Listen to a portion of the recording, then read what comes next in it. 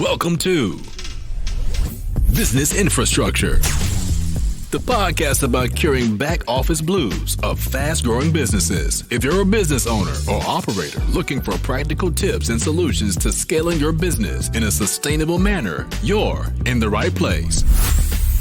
Now here's your hostess, Alicia Butler-Pierre.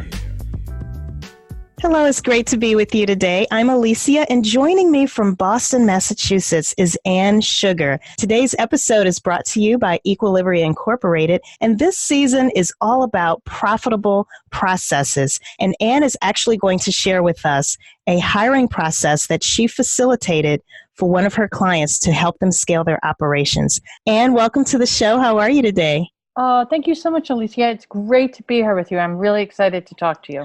I'm excited about this conversation because as any company grows, one of the first areas that we have to look at is how to actually build our team, how to add more staff. Now, before we get into this process that you'd like to share with us, I was wondering if we could first start with talking about your executive coaching practice. So as I understand it, you coach individual leaders and executives as well as companies to maximize breakthrough performance. So can you first tell us more about what you do? Sure. So I work with companies and many times high potential leaders who have small little details that they need to be working on, right? And I think that kind of goes across for all of us, right? It's the small little details that we need to be doing. So for example, I was coaching this CTO of a small software company, and he was having a problem with motivating his team. And what we really came to find out after we got data and looked at his 360 feedback is that his team didn't feel like they were being heard. So just this small example of what we decided was if he asked his team in his team meetings, what do you think? That just opened up the possibilities for people to talk. And it's so interesting, right? That one little simple question. Right. So what do you think?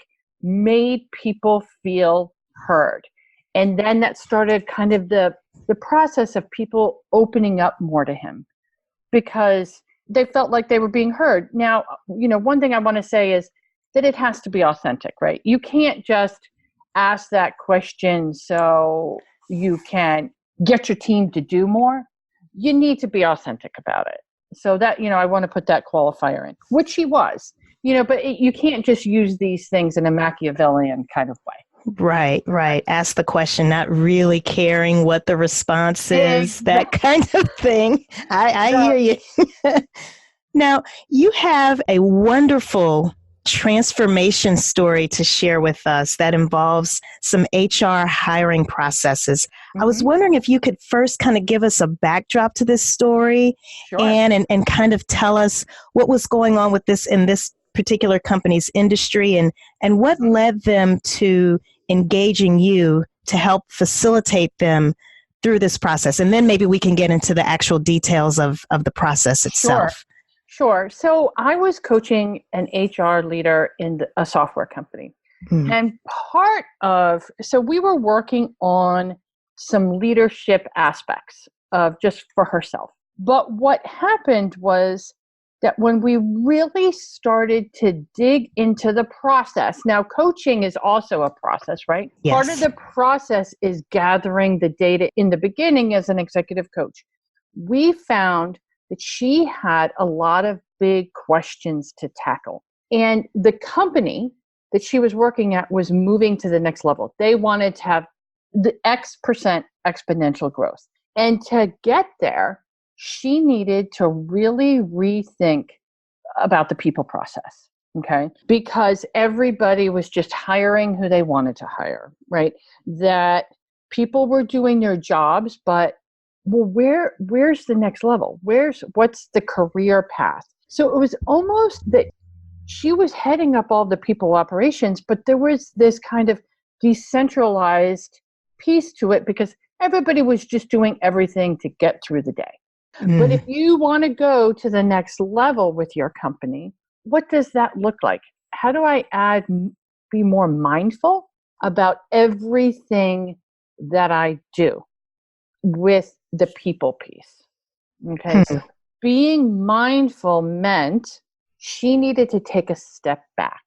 And we did a lot of analysis in this kind of quote unquote messy phase, right? Of looking, okay, this department over here is hiring this way. They're using this recruiter. This person over here is just using referrals. To how do I calibrate even to what is an ideal employee in this new world of, okay, we have a new kind of mission and values, and what does that new employee look like? Now, all of this, Alicia, that I'm sharing, it sounds kind of messy, right? We're going to talk about process today. Right. But there's all these kind of disparate things Exactly. that were decentralized that she needed to get more mindful about. Now, mindful and thoughtful into how she was going to actually coach each department head into having consistency. That was part of this, right? Yes. There needed to be a new consistent process and also a way of talking kind of to the outside world, right? About your company brand. If you want to take your company to the next level. Right. So that's how that opportunity started with her, that we needed to not only think about her leadership skills in this new world, but then also what's going to be the new process that she's going to drive down through the organization in the people front. And I think a lot of what we're going to talk about, Alicia, is you could use it in many processes, just as kind of benchmarks and stepping stones. Mm-hmm. So you're working with your client. She learns that her company is very serious about taking the company to the next level. Mm-hmm. She starts to gather information from across the company, and she's learning that there are different ways of adding people to the company. And it sounds like what you helped her first figure out was, what is that, I guess, baseline or level of standardization? Is that correct? Was that kind of like not a first step necessarily, but a very important critical step in the process? Yes. So in that process, she first did a lot of investigation. Now, because it was decentralized, what our kind of overarching framework we decided was, okay, it's always worked decentralized. This is let's all just kind of roll up our sleeves and do everything. But we're going to take a step back, and she was going to become a little bit more centralized in terms of how processes worked. Then we could look at, well, what does the new world look like after that? So when we thought about the overarching framework of centralization, that meant she needed to do a lot of investigation. So I kind of jumped in the process before. So with investigation, she went and sat with each department and understood what everybody was doing, so that she could say, okay, this function is doing it this way, this is this way. So that there was that investigation. And that's kind of messy. And during that phase, of the process almost feels like, oh, wow, I'm starting to unravel all sorts of different things. It becomes messy. And I think that's the kind of the big secret, is sometimes in the middle of a process, it does become messy. Yes. Before you come out with a linear process on the other side. And I also say that to many of my executive coaching clients, when I'm first engaging with you and I'm asking you all these questions, sometimes people look at me like, what? You're asking me all these different things. And I like to say, before we get to the coaching process, it gets messy. Investigation phase. I'm just going to ask you lots of questions so that we can really dig. And that's what she needed to do. And, having the patience to not just jump to a process and conclusions, it takes a lot of effort, because we all want to get to that linear process. Right. How did I'm sure there may have been disagreements among the different leaders that she was talking to of the different departments of the company, because if everyone was, I won't say they were running amok, but if everyone kind of had their own way of doing things, and here she comes trying to say, okay, we're going to create a baseline or a standard across the board that everyone will have to follow moving forward. Were there some difficult conversations that she had to have? And I'm assuming you obviously coached her through how to have those conversations. Yes, that is a really great insight. Super, super, super important insight, because still, even when she was working through this, people were like, get out of my kitchen. Exactly.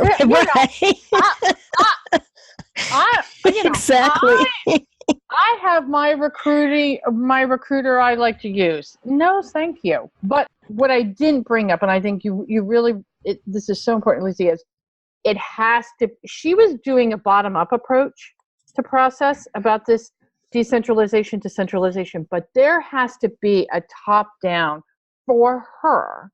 And for many things that have to do with change, it's a top-down, bottom-up approach. And one thing I did not bring up, which thank you for alerting me to that, is her leadership at the executive level bought into this. So she was tasked with this. So top down, bottom up. And not that we want a big squeeze, but she needed to have the influencing power that the executive board of this software company wanted, that this was needed to move ahead. Sure. So, otherwise, many times, that's where things can go amok. You have to have buy-in at the senior leadership level. Right. Now, I remember receiving some insights that you shared before we actually started this interview. And I think you mentioned that the board of this company actually tasked her specifically with being able to answer these questions. Was the right work getting done? Were the right people in the jobs? How do you hire for the growth while keeping the culture in place? That's really key, especially for a software company. And do the mission/vision track to the new growth initiatives? Yes. That's a lot to try to align with all of this feedback that she's receiving, all of the data that she's collected as a result of her investigation. Yes. Can you kind of talk us through? So we started with the investigation. She's now at a point maybe where she's able to create some level of standardization. Yes. Then there's the actual, I guess, introduction to the leaders of what the new process is going to be. What were some of the other things that you kind of helped her through as she walked through this entire process? Sure. So there was the day-to-day detail pieces that she wanted to centralize much more, because why she wanted to centralize them is, okay, as we want to grow as a company, do I have the right people in place? Yes. Or do I need to add training? So part of this process, right, is it was messy because she's doing investigation, but strategically she needs to figure out, do I have the right people in place? What are the new types of people? If I want to grow by X percent, what does the new what's the profile of people I want to bring in? And then I have a specific mission and values of what the company is, and we've always liked this, right? How do I keep that? So part of making sure that she had the right people in place was she had to have those processes. So that was kind of working in conjunction. If I have these new people I want to hire, and do I need to bring people new skills in? That's where I had to do the analysis, right? And all of that investigation to make sure I could get those people. But concurrently, on the other side, thinking about mission and values. And, a lot of people, Alicia say to me, that just comes, right? But what they decided to do is that as an executive team, they had their mission and their values. So it was like, I can't share all of them specifically, but we are a client service organization. We do X. They created 12 values. They framed them and put them out in the lobby. And one thing that they did, which I think is really interesting for any company, and this goes off a little bit from process, but not, to keep everybody in the process of walking the talk of missions and values. In their lunchroom, they painted them across the wall. So you were in there, you saw the mission and you saw the values. And everybody's reviews track to those mission and values. If you were client service oriented, this is super tactical, but were you returning a client's call within 24 hours, right? So so it cascaded down with granular specificity to each person. Now, what she hasn't done yet, but she will do is, okay, we have a new world. I think that mission and values like that they had need to be looked at every year. And you can paint over some of those missions and values, right? But that's something she's going to need to do in the process at the very end when we talk about recalibration. So maybe if I take a step back, there was a kickoff phase. Okay. Where she needed to address the questions that, do we have the right people? All of that. Then it was about her investigation and that she realized she needed to centralize. And with all of that deep investigation, that's where she did the analysis to say, okay, we're going to have centralized recruiting. We're going to each department is going to write up their career pathing strategies, and they're going to share them with me. So that's when the tactics and the strategies happened, right? And then after that, is there a recalibration that needs to happen now? We've gone through this process. She's not there yet by any means because she's still working through some of the projects that need to happen. But I always like to look at the end. Do you need to recalibrate? So are there things that now, after we've centralized and I'm going to allow more decentralization, do I need to recalibrate? Recalibrate meaning, okay, you know what? I don't have to have that weekly meeting anymore, right? With X department. We're all in place in terms of strategically where we want to go.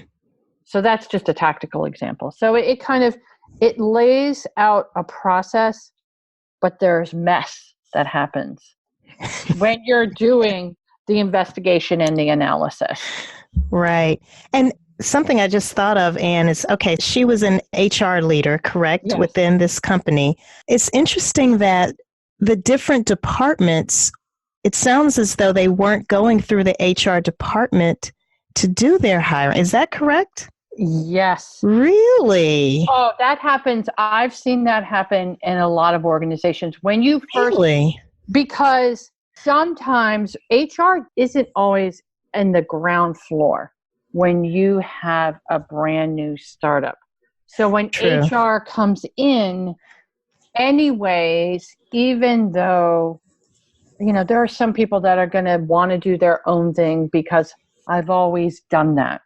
And that's hard because, for example, in another software company, the CTO didn't want to have any part of the recruiting engine of HR because I know what type of people I want. And we're going to source them. I know what the type of engineers I want, and I'm going to source them myself. Yes, so true. Whether right or wrong, I'm not saying. I'm just saying that there's an interesting mindset, and I know I'm picking on engineering, but it can be the strategic insights group. That, I've seen that happen there. Everybody, it just depends on who you are as a leader and what you really think are the priorities for your department. But what hurts is that you do need to be part of the process. Yes, you can make things unique to your department, but going off and doing your own thing is inefficient. Yes. You do need the process. Here's the bad secret. I'm not a process-oriented person. I have never been, but I think why I bring that up is with that, everybody can be process-oriented, just like everybody can be creative. Right. No matter what. I think you can. Yes. And I agree with you. Now, because this is the Business Infrastructure Show, let me first define what business infrastructure is for those who may be listening for the first time. Business infrastructure is simply a system for how you link your people, your processes, and your tools to ensure that growth happens in a profitable and sustainable way. So, Anne, you've been walking us through this overall process that your executive coaching client went through. If we talk about the people aspects, so you mentioned the importance of having that top-down leadership support. There were obviously also the different department heads that your client had to interact with. Who are some of the other types of people that she had to get involved as she started to go through this data analysis, this investigation, actually going through the process of standardizing the process and then looking at potential areas for recalibration? So, well, let me just take a quick step back. For your listeners, I think that was such a brilliant definition about process. Oh, thank you. And, business infrastructure, I think that everybody should use that definition as the starting point. I think that, when they want to rethink or recalibrate or even begin and invent the process, I think that's yes, brilliant pillars to do that. But anyways, so back to your question. So I needed to go off track for a second. Part of it, for her, because there was so much chaos in terms of departments doing their own thing, she really didn't go deeper within each department. She really started off with the department heads because she needed to get buy-in from them, just like the top-down approach that the senior leadership team did. And I know it's important that everybody buys in. If you are a marketing director and you've been hiring, or your career passing your team this way, or you are evaluating them or giving them feedback, yes, she needed to start up here to get down to, okay, how can I, assimilate this across the organization? But it took a lot of work at the top to say, okay, how do we give feedback? Do we do it once a year? This was in every company. When you go to the next level, you need to start to recalibrate that.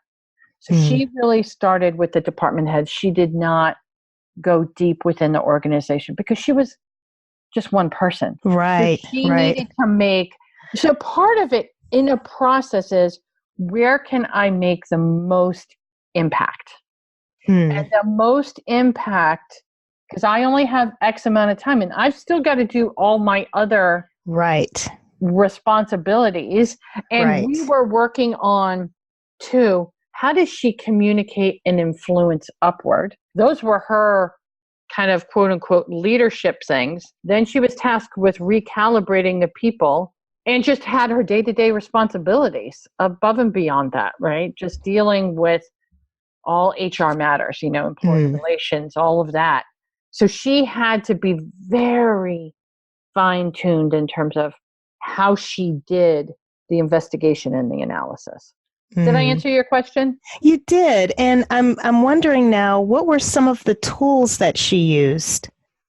In other words, when she was doing this investigation and she's, I'm assuming, actually interviewing or some type of shadowing of these different leaders, was there a central place where she was recording or storing all of that information and data that she was collecting? I mean, I wish that I could say that she had a really detailed database, but it was almost like, it was feet on the street. I'm interviewing each one of you, and she created her own Excel database. Okay. Now, there are many other types of tools that she probably could have used, but we wanted to do something quick, easy. Honestly, that's what I was envisioning, was just this Excel. Yeah. So it was department, what she found from an investigation, what she saw the gaps were, what would she recommend to them next, or what did they need to become part of next? So it was just very simple. I think sometimes too, even from an executive coaching perspective, I like to keep things simple. Yes. Super simple. So when I coach somebody too, it's only 3 goals max. So for her, it was, I'm going to investigate, analyze, recalibrate. Just those 3 buckets for her. She really believed would be the most impactful. And when she actually produced this final, well, I shouldn't say final because no process is ever final. It's always constantly being improved. But when she came up with the new standardized hiring process for the company, was this a flow chart or some type of a process map diagram, or was it like a standard operating procedure? What did it actually look like? So for her, she took a step back. The most important thing before she got to the hiring process was she wanted to make sure that the people who were the inputs of what you put into the hiring process. So she took a step back even before, almost to her, the hiring process was secondary, was, okay, I want each department to now recalibrate and have new job descriptions to start. Yes. And with the new world, so before she even got to that, and she used just a regular flow chart. You could use a Gantt flow chart. There's so many interesting kind of process tools you could use. Again, super simple for her. It was all about the people. And because part of it too, if you're going to have this new world and you're growing exponentially, people want to have a process of where do I need to go to get to the next level? And so there's almost kind of all these little processes going at the same time, overarching this centralized process. So it gets back to my point of mess. Right there. I'm not sure people want to hear that, but we need to hear that because I'm actually working on a project right now for a client. The end goal is to have a process, but you're right. And it's funny, as I listen to you, I'm thinking, oh my gosh, this sounds a lot like a client that I'm working with right now. And I told them the very first thing that we have to do is come up with new job descriptions. Different people, different heads of departments kind of had their own thing going. And it's dangerous because that's how silos are created.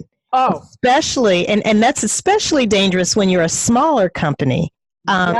So yes, we're looking at the job descriptions, but even with that, just trying to get everyone on the same page, it's definitely messy, Yes. Because we're coming up with these different, we had a plan, certain target dates to have certain milestones completed. Yep. And those who have any type of background in project management could appreciate that. So imagine having like a Gantt chart, if you will, and you have all of these different milestones and you've put your target dates out there. But when you're talking about the people aspect, which is what I love that, that you specialize in this, Anne, it's not like you're dealing with machinery or equipment. People are very unpredictable. What you may think should take a person 24 to 48 hours to review may actually take them 2 weeks. Really think there may be some hesitation on their part. It could be resistance. It could just be that they're really, really busy. Yes. So I think thank you so much for bringing that up about this is messy. It's not linear. The end goal is to have something that looks a little more linear. Yes. But getting to that point is very messy. And data is coming at you from all kinds of different sources. And you do have to look at those job descriptions. Yeah. Yes. I really loved your point, and I think it's something, it's so brilliant. People take different amounts of time to get things done. I mean, I love your point about somebody taking 2 weeks. And, you want to just scream. But sometimes, people have different processes of how they want to think through something too. Right. So, right. We could just layer and layer and layer process.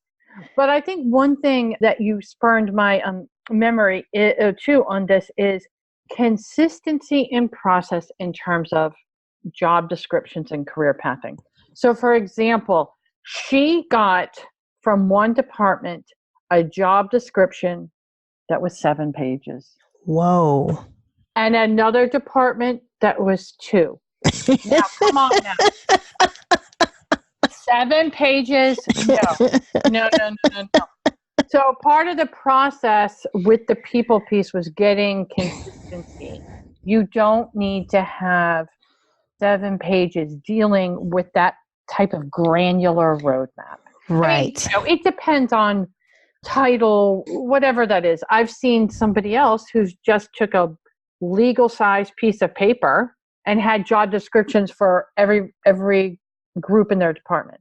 That may not be good either. It just depends. But you want to have consistency in process so that each department feels that consistency of process, that I'm not being held to a different level versus another department. So she was bringing consistency. I mean, there were so many little consistencies of processes that she needed to fight, right? And one part of it is to, in this whole process, where do you really want to pick your battles to begin with in this process?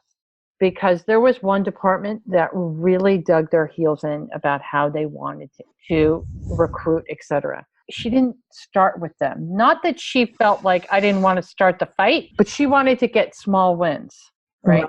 To start with, in terms of when she was doing the analysis and the investigation and coming out on the other side with new processes. It just, you do need to be realistic sometimes. I want to be very careful for all the listeners that it's not just, I'm doing all these things and it's a tidy bow at the end and I'm serving up a deck to the senior leadership. I keep going back to process is messy. It is. It is. But the important thing is to get started. Yes. With the idea that, again, it's not static. You will continuously be making changes and adjustments and improvements, but just get started. Oh, 100% agree on that. Yes. I mean, more than anything else, just start somewhere in your process. And you could say that to a creativity. Just start somewhere. Right? When you're thinking about this process, just write something down, right? Just meet with somebody and start asking questions. If you don't feel like you don't know where to start in the process.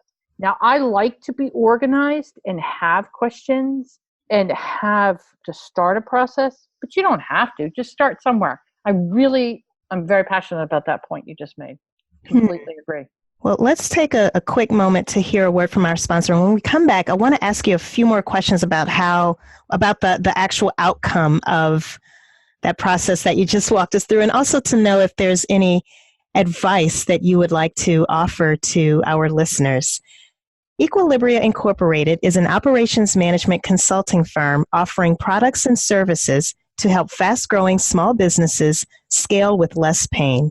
Visit eqbsystems.com for more information. And we're back with Ann Sugar. Ann, you were describing the different stages of your client's hiring process and how she came to a point of standardization as this software company that she works for or works at was scaling. What were the results of that? What was the outcome? So for her, right now, we're not at the recalibration phase.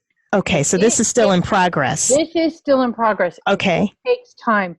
What she has done has really recalibrated all the job descriptions. So now each level has what they need in terms of a new job description and career pathing. And so that gives them a chance to know, where are my gaps? Each department head, each manager, director can say with specificity to their team here in their feedback sessions. And now she has feedback twice a year instead of once a year. But she's also, because a lot of people need to grow, she's also created a mentorship program. Oh, that's awesome. person has a mentor from a different department to help. Because as I said before, at the very beginning, from an objective perspective, if you need to grow to expat this way, people need to take on new responsibilities and new capabilities and everybody needs to be upping their game all the time. Right? Yes. Part of it is, and I think what she is creating, though she wouldn't specifically say this, is an organization where people are tasked with learning, because she is very passionate about learning. And so that learning, and I say this to everybody, people ask me, okay, so what is the simple way to succeed? And it really is all about learning, right? And so to grow the organization that way, she really focused on the people piece. And in the recruiting arm, I'm going to say that is not centralized yet. That's a hard one for her to wrangle. Okay. The people piece was easy, but when people have deep relationships and very specific about who they want to hire, sometimes recruiting can be very hard to bring back in from a centralization perspective. So that's still, unfortunately, a gap, right, that we're working on. That there's always going to be, and I think it's important to say that because you have to be realistic. You can't have perfection. That's her nemesis right now, I guess you could call it, right? That's where she needs to refocus, because you need to have centralization in the marketplace, and it's cost ineffective to be using all these different recruiters where you could centralize a bit more. That's a really good point in terms of the expectation around the timeline associated with taking on an endeavor like this. I think sometimes people think, oh, yeah, I'm going to scale. And they hear terms like that, scaling up, for example. And I think maybe they're thinking this is maybe a 3 to 6 month endeavor. But we had a guest on earlier, Damon Burton, and he said it took him a process of 3 to 7 years to truly be able to hire the team that he needed so that they could scale and take on even larger projects and just be able to fulfill the demand for their services. So how long have you all been working together on this so far, would you say? We've been working on it, I'd say about 8 months. Oh, wow. Okay. A little less than a year. But it's going to, and I would agree with your other guest completely, how she's going to create the engine for hiring is going to take a lot longer. Yes. A lot longer. And does she have the support and the understanding of that timeline from the top leadership? Not every partner. No. Thank you for being honest about that. Yeah. I think it's so important when we think about the process, or when you're creating that change, it's not perfect, unfortunately. She has not had wins in every sector that she wanted. And I don't think it's realistic to. Right. I was just going to say, this is a very candid conversation, and I'm really grateful that we're having it, because a lot of times we may read an article and then we think, okay, well, as long as I follow these steps, voila, everything will happen magically, and it there won't be any hiccups along the way, and that's just not true. But again, the idea is to just continue moving forward and working and even focusing on those small wins. So I love the fact that you said that. What advice would you offer to those who are listening and they are also at a point where they need to start seriously staff up as they scale up? One thing that I hear a lot of clients that I've worked with, I also just hear this from people in general, well, I need to level up my people. And so the interpretation a lot of times, or the translation, I should say, of that is, let me just fire everybody and start over. Let me quote unquote, level up my employees. What advice can you offer to people who may have that mindset? Okay. So first, let me take a step back. When somebody says, I want to level up everybody and I need a new, let's just pretend, supervisor level, I say, shame on you, because you did not coach them.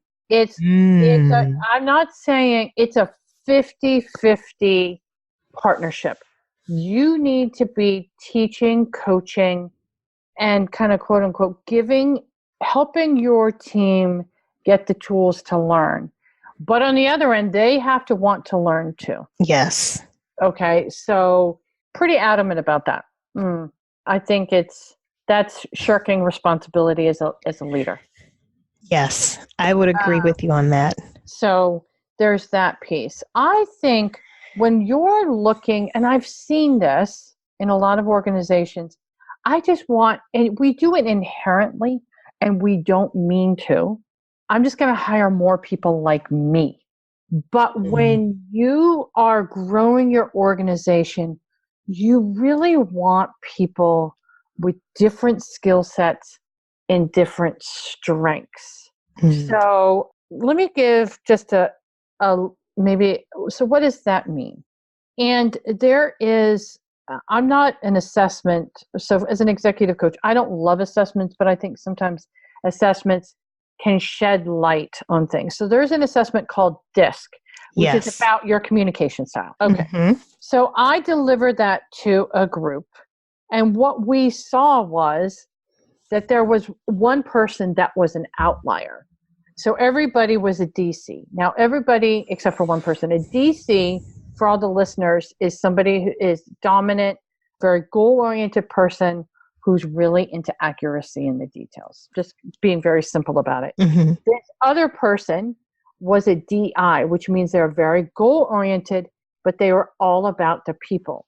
Now, it was very hard for this person within the group, because if you've got people that are really data-driven, very goal-oriented, and don't care, and I'm being very there's nuances, but not caring so much about the management style or the feelings, kind of quote unquote, of the team, this other person, it was very hard for them to have a voice. Now, why do I give this example? Because that team needed somebody who was really focused on the people. And well, if we made these changes, what was that going to do to the morale of the department, right? So I think that as you grow, think about the different skill sets, not just the ones that work for you, but where you can get a wide array of thinking, new thinking, because that's the way to really challenge each other in terms of getting a new kind of creative process, right? In terms of whatever that is. So I think it's interesting and diverse thinking. I think the other thing that I'm really adamant about is toxicity. When you're bringing in new people, you're growing it exponential. How do you make sure that people are really following the mission and the values of your company? And you cannot tolerate any toxic behavior, because that just permeates then. Yes. And that happened in so years before, I worked in an advertising agency, and I can remember this vividly. And I was young then. As we grew so quickly, there became this kind of toxic kind of swirling. And it was sad because we lost our kind of creative edge. Because we were just always worried about the finger pointing or the toxic behavior, all of these kind of subtleties. So I think those two things are really important, is making sure that you have a broad array of profiles and skill sets, and that you keep to the core of who you are. Well said. And when you're talking about the DISC profile, I think is a really nice segue into if there are any additional tools or resources that you could recommend for those who may be listening. Are there professional organizations, books? I know you've written a book, so if you could talk to us a little bit about that. So I write for Inc. magazine. Yes. And I also write for Harvard Business Review. Yes. So those are the two. I write about a diverse amount of leadership ideas for everybody out there. So you can, on my website is just a smattering of those articles. I think too, and this is not sponsored by any means, but I really do think reading, and I recommend this to a lot of my clients, reading Harvard Business Review, just even going to the site, there is a tremendous amount of great value in terms of process articles there. I think that there are a lot of articles, if you read them and let's say you're at the mid-level or you're any level, frankly, it's what everybody's reading from a leadership perspective, right? And Yes. it's important to be able to have those conversations. And, you don't have to spend a lot of money. You can just read them on the website too. But I do think the magazine has a lot of great insights as well. It does. I've saved every copy. I don't throw any of them away. And I'm old school. I don't read it digitally. I have to have the actual physical magazine. Oh my gosh. Because then I can underline and I can add Post-it notes and, to bookmark certain pages, because you're right. The information, a lot of it is evergreen. That is the way they like to look at articles. Yes. That they publish. They need to be evergreen and they need to be thought leadership pieces. So it's a great way to learn. I mean, there's a lot of different organizations, but being really realistic about it. I really love your point. I think it's so important to underline and to sticky note. I'm really old school about that from a learning perspective. Mm-hmm. And it helps with retention. Oh, 100%. Yes. Actually, Stanford is doing a study right now with college students. Do you retain, I wish I had the details, but do you retain your learning? Because, now you can read your textbook online versus the hard paper. Which is the better way to learn? And they're doing that study right now. From my perspective, I'm an old school person. I am too. I love my books. I agree. Yes. Well, unfortunately, we're coming to a close. This has been a wonderful conversation. Thank you so much for all of the insights that you shared with us. How can people get in touch with you? Because I can imagine there's someone probably listening right now who's thinking, I could really benefit from some coaching with Anne. Thank you, Lisa. So there are two ways. You can reach me on my website, and it's annesugar.com, A-N-N-E, sugar, S-U-G-A-R, just like sugar.com. Or you can also link with me or you can also send me an invite on LinkedIn. Okay. I send out a tremendous amount of articles each week that I think are important for leaders to read. So people can reach me on there too. Or on Twitter, I send out obviously a lot of the same articles there as well. Twitter as well? Okay. What's your Twitter handle? It's AA Sugar. AA Sugar. Okay. Yep. Well, Anne, thank you so much for your time. I really appreciate it. Oh, I've really enjoyed speaking with you today. It was fantastic. Really Thank you so much. And I'm going to attempt to recap some of the things that you've shared with us in this conversation today.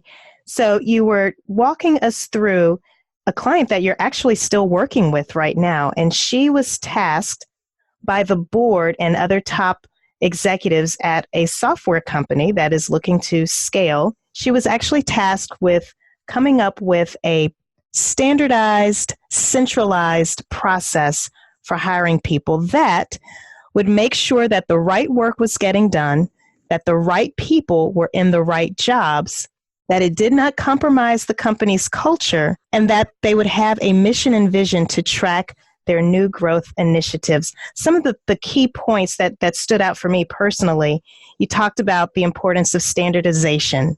So key, centralization, being thoughtful as you actually go and solicit information from different leaders throughout your company just to get their input. And as you're going through that data collection process, also conflict resolution skills are also really important, because people have their own little fiefdoms sometimes in a company.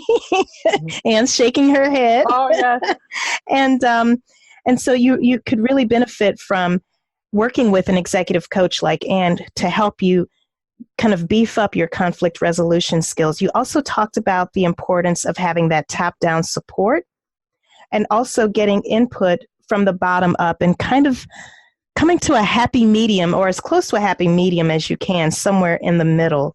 You also spoke about the importance of, before you even get to the process, you first need to figure out the actual job descriptions, just getting standardization around that, so that when you do get to the process, you can have a more standardized way for how you actually recruit, interview, onboard, all of those things that have to take place under the traditional HR umbrella. I thought it was also really important when you mentioned the importance of evaluating people and aligning their people as well as their skills with the culture, mission, and values of the company.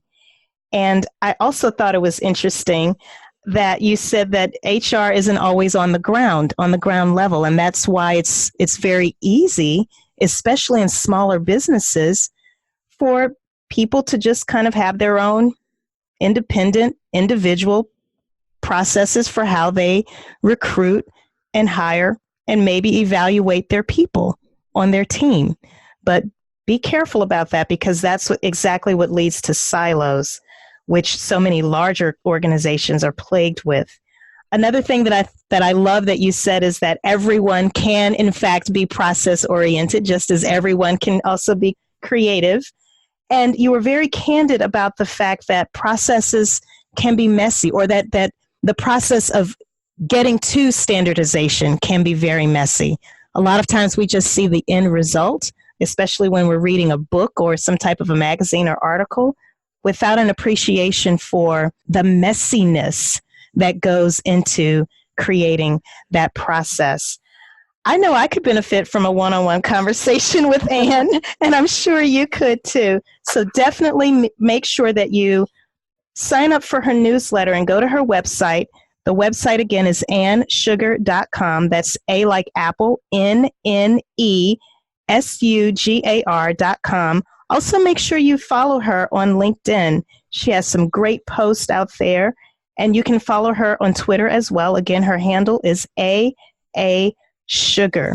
We will have links to all of the information that Ann was so kind enough to share with us in the show notes at businessinfrastructure.tv. You'll also be able to see a video version of this interview while you're there on the site, and you'll be able to see Ann's beautiful library in her background.